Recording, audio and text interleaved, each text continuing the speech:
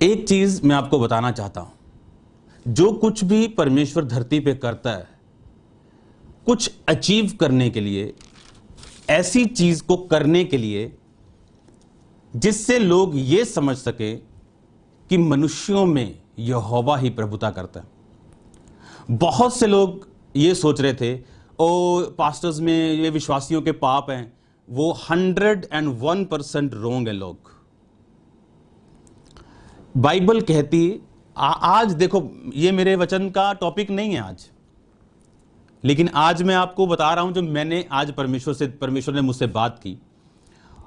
और परमेश्वर ने मुझे बताया कि जब एक पंछी अपने बच्चे को उड़ाना चाहता है अपने परों के ऊपर, तो वो उसको पहाड़ पे लेके जाके, कुछ पंछी ऐसे होते हैं जो गिरा देते हैं उनको, और वो गिरता पड़ता नीचे आता है और घबराता है कि मेरी माँ ने मुझे फेंक दिया। और आपको क्या लगता है, जब वो घबराता है, जब वो रोता है, जब वो चिल्लाता है, तो उसकी माँ को सुख नहीं होता बल्कि वो दुखी होती। लेकिन वो एक बात जानती है, अगर ये इस ट्रेनिंग से नहीं निकलेगा तो ये अपने पांव पर कभी भी खड़ा नहीं हो पाएगा, ये अपने पैरों के सहारे कभी नहीं होगा, खुद कभी शिकार नहीं कर पाएगा।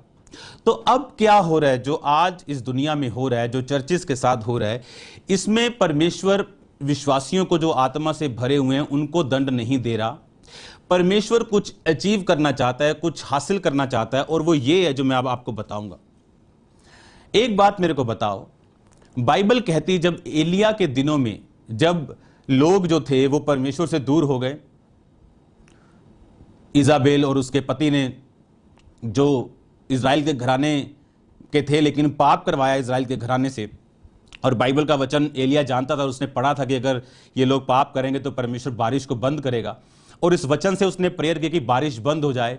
और बाइबल कहती है उसने राजा के सामने कहा, जिस प्रभु के सामने मैं खड़ा रहता हूं, अब उसके कहे, मेरे कहे बिना ना तो बारिश आएगी ना ओस पड़ेगी। आप जानते हो ये बात को। तो जब अकाल पड़ा तो एलिया भी उसी अकाल में था। बाइबल कहती उसी अकाल में एलिया था, उसके पास सेम वही जगह पे। और बाइबल कहती वहां हजारों नबी भी थे जिन्हें राजा का एक खास बंदा किसी गुफा में पाल रहा था। तो उस जगह पे धर्मी भी थे। इसका मतलब यह नहीं था कि परमेश्वर धर्मियों को जज कर रहा है, लेकिन परमेश्वर कुछ हासिल करना चाहता था, और वो ये था कि लोग ये समझ सकें कि मैं ही जीवित परमेश्वर हूं, इन्हें अपने पापों से मुड़कर मेरे पास आना पड़ेगा। उस अकाल में एलिया नहीं मरा, उस अकाल में जो और नबी थे सैकड़ों, वो नहीं मरे, जिसकी राजा का एक बंदा जो परमेश्वर को मानता था पालना कर रहा था उनकी। इस अकाल में परमेश्वर क्या साबित करना चाहता है? देश जो बड़े सुपर पावर थे घुटनों पे आ गए, जो बोलते थे अच्छा तेरे पास 3 टन की परमाणु है, मेरे पास 6 टन की। अच्छा तेरे पास 6 टन की है, मेरे पास हाइड्रोजन बम है। अच्छा तेरे पास छोटा हाइड्रोजन है, मेरे पास बड़ा हाइड्रोजन। और एक अनदेखे एनिमी ने अब उनके घुटने लगवा दिए। किसी ने सोचा है कि जुकाम और बुखार जो देश बंद कर सकता है, किसी ने सोचा ये इकोनॉमीज को बंद कर सकता है, भूखे रहने पे लोगों को मजबूर कर सकता है। आज जब सुबह एक बहुत बड़ा परमेश्वर ने मेरी लाइफ में काम किया, जब परमेश्वर वहां खड़े थे तो मैंने प्रभु से एक और चीज पूछी। मैंने कहा परमेश्वर तेरा भवन तो हम है, लेकिन ऐसे मुझे तुझे देख के क्यों लग रहा है कि तू इस मिट्टी, इस ईंट सीमेंट के भवन से भी प्यार करता है? तो परमेश्वर ने मालूम क्या कहा? उसने कहा हां मैं करता हूं। आप सुनो ध्यान से, उसका भवन हम है। बाइबल कहती वो पत्थरों के भवन में नहीं रहता। उसका भवन कौन है? हम है। लेकिन क्या परमेश्वर का भवन अभी है हम, पहले नहीं थे? यीशु मसीह के टाइम पर भी उसका भवन लोग थे, उससे पहले भी उसका भवन वो लोगों में वास करता था। लेकिन आप जानते जब यीशु मसीह पिता के भवन में गया तो वहां पर उसने व्यापार करने वालों को कि नहीं यहीं से कबूतर लेने पड़ेंगे, बाहर से लेके आओगे तो कुर्बानी नहीं अंदर देने देंगे। ऐसे लोग थे वहां, उनको बाहर किया। और परमेश्वर ने कहा तेरे घर की धुन मुझे खा जाएगी। वो कौन से घर की बात कर रहा था? क्या वो शरीर की किसी की बात कर रहा था, या वो भवन की बात कर रहा था?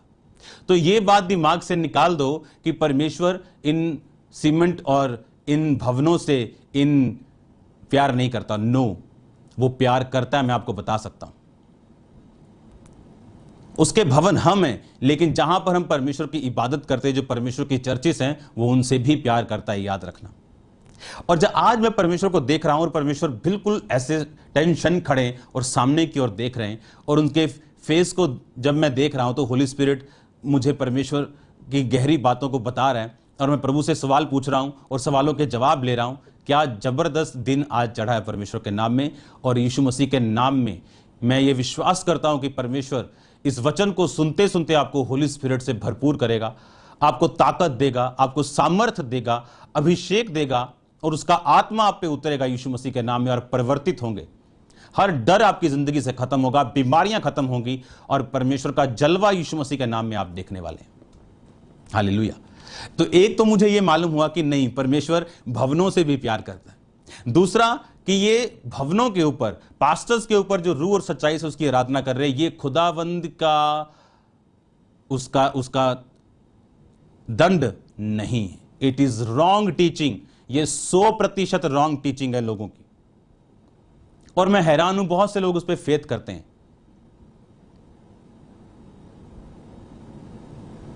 आप सोचो, बाइबल कहती नबूकदनेस्सर इतना बड़ा राजा हो गया, और उसने एक दिन छत से बोल के कहा, क्या ये सारा बाबुल, ये सब कुछ, क्या ये मेरा नहीं? क्या मेरी बुद्धि समझ से, ताकत से नहीं बना? परमेश्वर ने कहा बस अब हो गया, अब 7 काल बीतेंगे और तू जानवरों के समान होगा।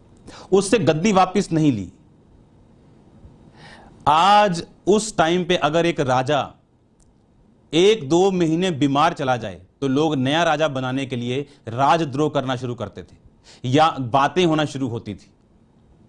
और एक राजा 7 काल 3.5 साल पागलों की तरह घास चर रहा है, नाखून बढ़ गए, दाढ़ियां बढ़ गई, और किसी ने उसको मारा नहीं, क्योंकि परमेश्वर यह बताना चाहता था कि मैं हूं जिसने तुझे राजा बनाया, मैं हूं जिसने तुझे राजा की कुर्सी से उतार दिया, अब मैं ही वो हूं जो तुझे इस कुर्सी पर चढ़ाएगा। और बाइबल कहती जब उसने अपनी आंखें आसमान की ओर लगाई और बोला कि तू ही है खुदावन जो मनुष्यों में प्रभुता करता है, और तू ही है, सब कुछ तू ही है। और बाइबल कहती उसका राज्य फिर ज्यों का त्यों हुआ। उसका मेंटल जो अपसेट था, बीमारी थी, वो दूर हुई। लोग उसके पास फिर भेंट लेके आने लगे, और फिर परमेश्वर ने उसके राज्य को सुदृढ़ किया। आज परमेश्वर इस धरती के ऊपर कुछ हासिल करना चाहता है, वो ये है कि सब घुटने टिक जाएं, सब अपने हाथों को ऊपर कर लें, क्योंकि इधर तो कुआं है, ना तो इधर जाके बचेंगे ना इधर बचेंगे, ऊपर देखेंगे तो बचेंगे, क्योंकि खुदावंद अपने दूतों को भेजेगा आपकी लाइफ की ओर। और बाइबल कहती है तुम्हारे पांव में पत्थर से भी ठेस नहीं लगेगी। लिखा अगर तुमने यहोवा को अपना धाम मान लिया, कोई विपत्ति तुझ पर ना पड़ेगी, ना कोई दुख तेरे डेरे के निकट आएगा। आज परमेश्वर ने मुझसे कहा कि वो भवनों से भी प्यार करता है, इसीलिए उसने कहा था तेरे घर की धुन मुझे खा जाएगी। यानी उसने यहोवा प्रभु को कहा था तेरे घर की, यानी इस भवन की धुन मुझे खा जाएगी। अगर वो ईंट पत्थरों के भवन से प्यार ना करता तो उस समय उन लोगों को वो कुछ ना कहता, ना वो उस भवन में जाता और ये बोलता कि अगर कोई बोलते आ खुदाबंद आओ यीशु हम भवन को चले, तो परमेश्वर ये बोलता कि उसका भवन तुम हो। उसका वहां पे जाना, सब चीजों को ध्यान से देखना, बार बार हर सबत के दिन में आराधनालय में जाना, इस बात का सबूत था कि वो भवन से प्यार करता। और ये इस बात का सबूत है कि आज परमेश्वर, हो सकता है कुछ विश्वासियों की हालत से वो हल्का सा दुखी हो, पर वो कुछ अचीव करना चाहता है, आपको उसका साथ देना। वो ये बताना चाहता है नेशंस को, देशों को, बड़े लोगों को कि मैं ही हूं, मुझसे ऊपर और कोई नहीं।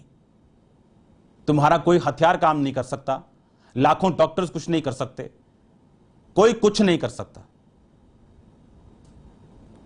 ऐसे लोगों को भी वायरस हुआ जो किसी से नहीं मिले, घर पे बैठे हैं, अब क्या कर लेंगे वो?